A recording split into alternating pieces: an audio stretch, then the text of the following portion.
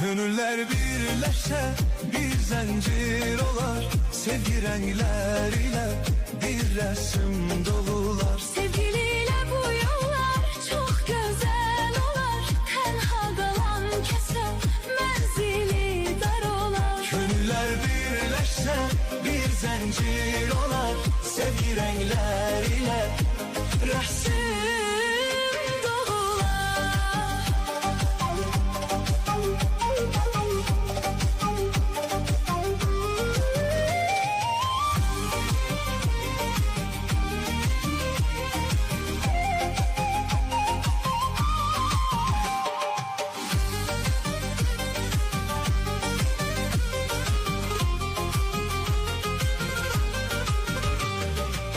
Kederle yaşamak değil.